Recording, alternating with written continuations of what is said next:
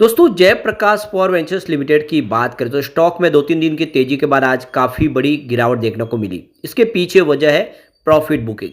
आखिर स्टॉक में बहुत जल्द प्रॉफिट बुकिंग क्यों आ रही है? क्यों स्टॉक यहाँ पे 20 को क्रॉस नहीं कर पा रहा है? समझने की कोशिश करेंगे इस वीडियो के माध्यम से। क्या इस समय जेपी पावर में निवेश का ये सही मौका है या फिर स्टॉक में आने वाले समय और गिरावट की संभावना बनेगी? जानेंगे। दूसरी तरफ सबसे जो बड़ी बात है कि मार्केट मोजो ने यहाँ पे सेल की रेटिंग दे दी है। क्या है उसके पीछे की वजह? वैसे तो JP power profit making company है और एक समय इसकी प्राइस 143 के आसपास थी, इस समय 18 रुपये के आसपास है। क्या है आगे की संभावना? साथ में रिलायंस पावर की बात करें तो बहुत बड़ी राहत मिली है कोर्ट से, उसके बावजूद भी शेयर की प्राइस में गिरावट क्यों हुई? क्या है इसके पीछे का रीजन, उसको समझेंगे। और क्या रिलायंस पावर अब बड़ी मुसीबत से बाहर निकल चुका है? एक तरफ से देख सकते हो कि अनिल अंबानी लगातार कोशिश भी कर रहे हैं, उनके दोनों बेटे का साथ मिल रहा है, लेकिन शेयर की प्राइस उतनी बढ़ पा नहीं रही है। तो क्या है वजह? जानेंगे इस वीडियो के माध्यम से। लेकिन फ्रेंड उससे पहले अगर आप पहली बार हमारे चैनल पे आए तो चैनल को सब्सक्राइब कर दीजिए, एक बेल आइकॉन दबा दीजिए ताकि जब भी नया वीडियो बने पहला नोटिफिकेशन आपको मिले। वीडियो पसंद आए तो लाइक शेयर जरूर कीजिए। चलो फ्रेंड्स वीडियो स्टार्ट करते हैं। मैं हूँ आपका दोस्त एस बी दवे और हमारे अपने चैनल ऑनलाइन कमाई में आपका बहुत बहुत स्वागत है। तो सबसे पहले जयप्रकाश पावर वेंचर्स की बात कर ले तो स्टॉक की शुरुआत पॉजिटिव हुई 19.154 और आप देख सकते क्लोजिंग 18.93 के आसपास थी, तो पॉजिटिव शुरुआत हुई। 19.30 का हाई भी बना लेकिन ऊपर के लेवल से आ गई बिकवाली और इस वजह से 18.20 का इंट्राडे का लो बना। अंत में क्लोजिंग 18.43 के आसपास थी जहाँ पे 2.64% की गिरावट देखने को मिली। स्टॉक दबाव में है और इसके पीछे वजह 3 दिन की शानदार तेजी।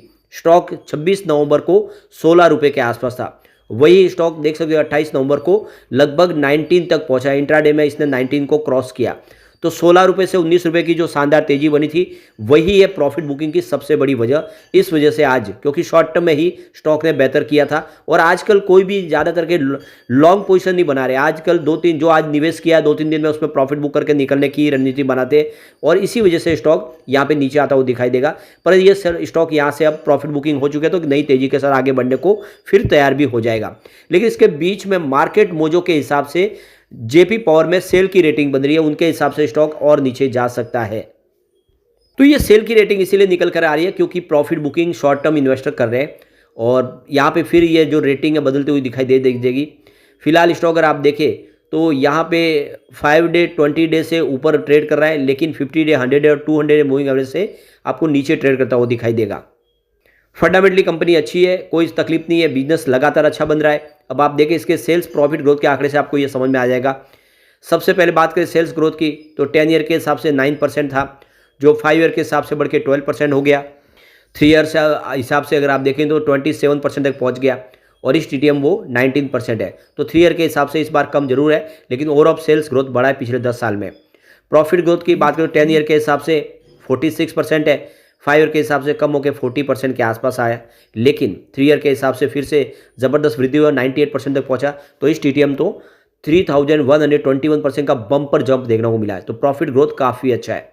स्टॉक का CAGR देखें तो 10 ईयर के हिसाब से 4% है, 5 ईयर के हिसाब से 74% है, 3 ईयर के हिसाब से 60% है, इस एक साल के हिसाब से 41% है।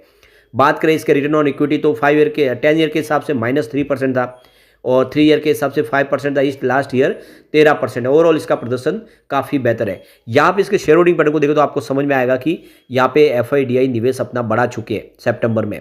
देखो कि जून में प्रमोटर की होल्डिंग 24% थी जो अनचेंज है इसे अभी भी, लेकिन यहाँ पे FI की होल्डिंग 7.59% थी जून में, जो सितंबर में 7.78% हुई, यानी FI ने अच्छा खासा निवेश बढ़ाया। DI की बात करें उनकी 18.18% होल्डिंग थी जो सितंबर में 18.29% हो गई। तो होल्डिंग किसी की घटी तो वो है जनरल पब्लिक की, 50.21% की होल्डिंग थी जून क्वार्टर में जो 49.94% के आसपास आ गई। ये इशारा है कि बड़े फंड हाउस उसमें जम के खरीदारी कर रहे हैं। ऐसे में एक अच्छा मौका है लॉन्ग टर्म इन्वेस्टर के लिए कि जेपी पावर में निवेश के बारे में सोचिए और कम्युनिटी सेंटीमेंट भी यही कह रहा है। 86% बाय की कॉल है, मात्र 14% सेल की कॉल है, यानी 100 में से 86% लोग इसको लेना पसंद कर रहे हैं। अब हम चलते हैं रिलायंस पावर की तरफ। तो स्टॉक की शुरुआत तो देख सकते हो कि यहाँ पे बिल्कुल फ्लैट हुई 40 पर जो कल की क्लोजिंग थी और यही इंट्राडे का हाई है। यहाँ से लो बना 38.30 का और अंत में क्लोजिंग 38.64 के आसपास रही है जहाँ पे 3.40% की गिरावट देखने को मिली, लगभग 3.5% के आसपास की गिरावट, काफ़ी बड़ी गिरावट हुई। अब यहाँ पे काफ़ी बड़ी राहत मिल चुकी है रिलायंस पावर को। तो दिल्ली हाई कोर्ट ने सोलर एनर्जी कॉरपोरेशन इंडिया की तरफ से जो एक बड़ा फैसला लिया गया था, उस फैसले पे रोक लग गई है। तो रिलायंस पावर को 3 साल के लिए बैन कर दिया गया था। वो किसी भी नीलामी प्रक्रिया में भाग नहीं ले सकते, जो भी सरकारी टेंडर आएगा उसमें हिस्सा नहीं ले सकते, उसके लिए बैन लगा दिया गया था। और अब इस फैसले को पलट दिया है दिल्ली हाई कोर्ट ने। रिलायंस पावर को इससे बाहर निकाल दिया गया। रिलायंस पावर और उसकी जो सब्सिडीज कंपनियां थी, उन सबको 3 साल के लिए किसी भी प्रकार की जो बिडिंग प्रक्रिया है उसमें हिस्सा लेने से रोक दिया गया था। हाल में ही बैटरी स्टोरेज कॉन्ट्रैक्ट के लिए अपनी बोली का समर्थन करने के लिए फर्जी बैंक गारंटी जमा करने के आरोप में ये रोक लगाई गई थी। लेकिन दिल्ली हाई कोर्ट ने इस मामले को जो रिलायंस पावर से संबंधित नहीं समझा और रिलायंस पावर को राहत दे दी। रिलायंस पावर को इस मामले से बरी किया। तो एक अच्छी राहत तो मिली है, लेकिन अभी भी उसका पूरा फायदा देखने को नहीं मिला है। स्टॉक में गिरावट हुई है, तो ये प्रॉफिट बुकिंग का भी मामला है। ये आप समझ सकते हो कि क्लियरली कि प्रॉफिट बुकिंग की वजह से हुआ है। पिछले दिनों स्टॉक ने अच्छी खासी दौड़ लगाई, कुछ प्रॉफिट बुकिंग बीच बीच में आ ही रही है। इसके एक बार हम प्लस और माइनस पॉइंट को देख लेते हैं। तो रिलायंस पावर का पहला पॉइंट पॉजिटिव, और वो है एनुअल रिवेन्यू, जिसमें 4.79% की लास्ट ईयर वृद्धि हुई है, जो 8,260 करोड़ के आसपास रहा है। ये एक पॉजिटिव पॉइंट है। लेकिन सेकंड पॉइंट यहाँ पे निगेटिव, और वो है क्वार्टरली रिवेन्यू, जिसमें 14.25% की ईयर ऑन बेसिस पे गिरावट देखने को मिली है, जो 1,962.77 करोड़ के आसपास रहा है।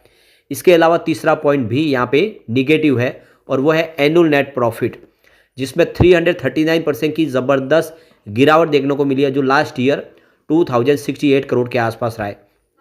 इसके अलावा क्वार्टरली नेट प्रॉफिट की बात करें तो 1,310 करोड़ के आसपास रहा है, और ईयर ऑन बेसिस पे 2,878 करोड़ के आसपास है। ये एक पॉजिटिव पॉइंट बना है।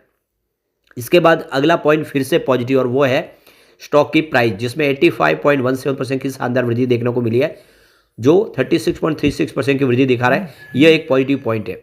इसके बाद अगला पॉइंट फिर से पॉजिटिव, और वो है प्राइस टू अर्निंग रेशियो 12.48 है। ये lower than sector P ratio, जो सेक्टर का पी रेशियो वो 24.73% है। इसका मतलब इसका जो पी रेशियो है वो काफ़ी कम है इसके इंडस्ट्रीज पी के मुकाबले। ये भी एक पॉजिटिव पॉइंट है। अगला पॉइंट निगेटिव, वो है डेट टू इक्विटी रेशियो, जो 1.62 है। ये हायर देन 1 है, तो ये थोड़ा सा इसके लिए एसेट क्वालिटी में आपको थोड़ा सा प्रॉब्लम दिखाई देगा। एक और पॉइंट निगेटिव, वो है रिटर्न ऑन इक्विटी ROE, जो -17.8% है, लेस देन 10% है। ये भी एक निगेटिव पॉइंट बन रहा है। एक पॉइंट यहाँ पे और निगेटिव बन रहा है, और वो है म्यूचुअल फंड की होल्डिंग, जो डिक्रीज हुई है लास्ट क्वार्टर में। ये एक निगेटिव पॉइंट है। इसके बाद अगला पॉइंट पॉजिटिव, वो है प्रमोटर की होल्डिंग, जो इंक्रीज हुई है लास्ट क्वार्टर में 0.02%। प्रमोटर ने अपनी होल्डिंग को कुछ बढ़ा दिया है, 23.26% की होल्डिंग इस समय है, और निकट भविष्य में प्रमोटर अपनी होल्डिंग और बढ़ाएंगे। एक पॉइंट यहाँ पे फिर से निगेटिव हुआ है, इंटरेस्ट कवरेज रेशियो, जो 0.62 है। ये लेस देन 1% है, तो ये भी एक निगेटिव पॉइंट बन रहा है। लास्ट पॉइंट पॉजिटिव, वो है प्रमोटर की होल्डिंग है, उसमें कोई भी जीरो प्लेस शेयर है, कोई भी होल्डिंग में शेयर गिरवी रखा हुआ नहीं है। अब पॉजिटिव पॉइंट की टोटल बात कर ले तो यहाँ पे आपको टोटल 7 पॉइंट पॉजिटिव दिखाई देंगे, 6 यहाँ पे निगेटिव पॉइंट है। तो लगभग सेम ही है, दोनों तरफ का पलड़ा एक जैसा ही है।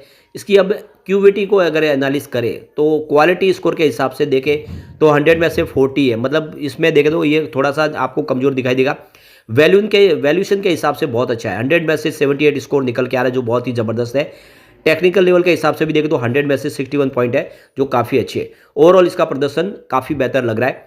लॉन्ग टर्म के हिसाब से टेक्निकल ट्रेंड्स बहुत ज़्यादा बुलिश है, शॉर्ट टर्म के हिसाब से मॉडरेटली बुलिश है। यानी कुल मिला के आने वाले समय स्टॉक बेहतर कर सकता है। लॉन्ग टर्म इन्वेस्टर के लिए एक अच्छा मौका है निवेश के बारे में सोचने का। लेकिन फ्रेंड्स, कोई भी इन्वेस्टमेंट करने से पहले अपने फाइनेंशियल एडवाइजर से एडवाइस ले ले, या अपना खुद का रिसर्च करें, क्योंकि मैंने वीडियो आपके एजुकेशनल पर्पज़ के लिए ही बनाया। वीडियो पसंद आए तो लाइक से जरूर कीजिए और चैनल को सब्सक्राइब कर दीजिए।